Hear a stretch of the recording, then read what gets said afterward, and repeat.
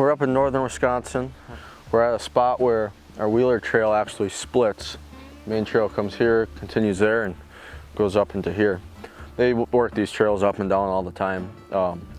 In the fall, during the rut, we'll see scrapes pop up all over here, but this is just a really good spot for us for a licking stick. First time we've had a camera here, first time we're gonna put a licking stick here.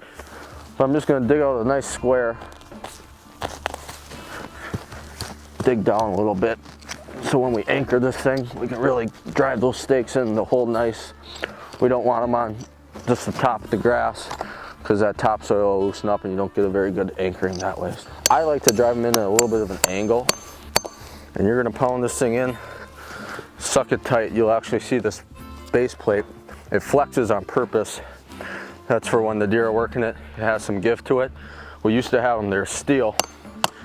And when they're steel, because there's no give, as the deer work it, they'd actually lever those stakes up, but now that baby is not going anywhere. So after that, I'll just take some of this dirt.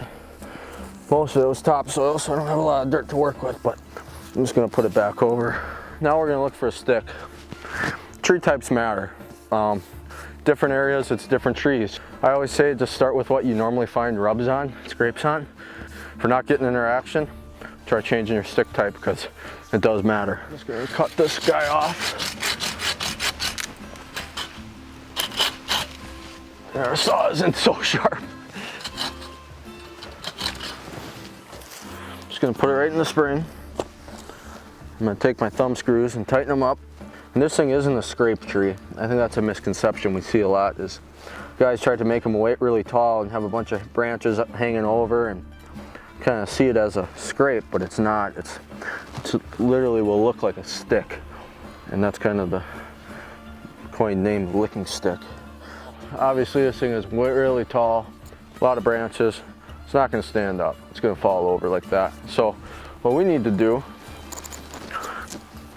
a little loppers or a smaller handsaw would be a little better for this, but I'm just going to start trimming these babies off.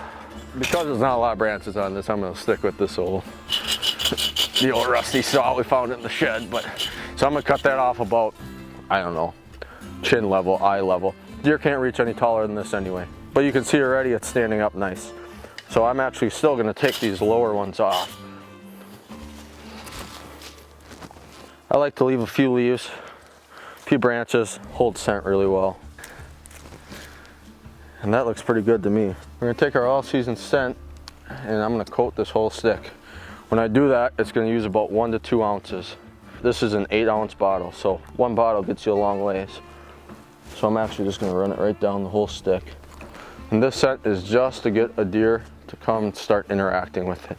There's no urine glands, secretions, anything like that. It's not bait. This is a curiosity scent to get a deer to come and start licking on it, rubbing their face on it. When they're doing that, they're dropping their own glandular scent on here and marking it. And when that happens, the next deer that comes through will smell that and just can't help to come and do the same, like a dog pissing on a hydrant. So now we're going to take a weed whacker. I'm going to make this thing look like a mowed yard. I'm going to take it, dig up the dirt around it. It's all just adds to the change in the environment, the scents, and it makes it stand out. That's the key with these things. Make them stand out like a sore thumb. I could say another thing, but I'm not gonna for the sake of the kids watching.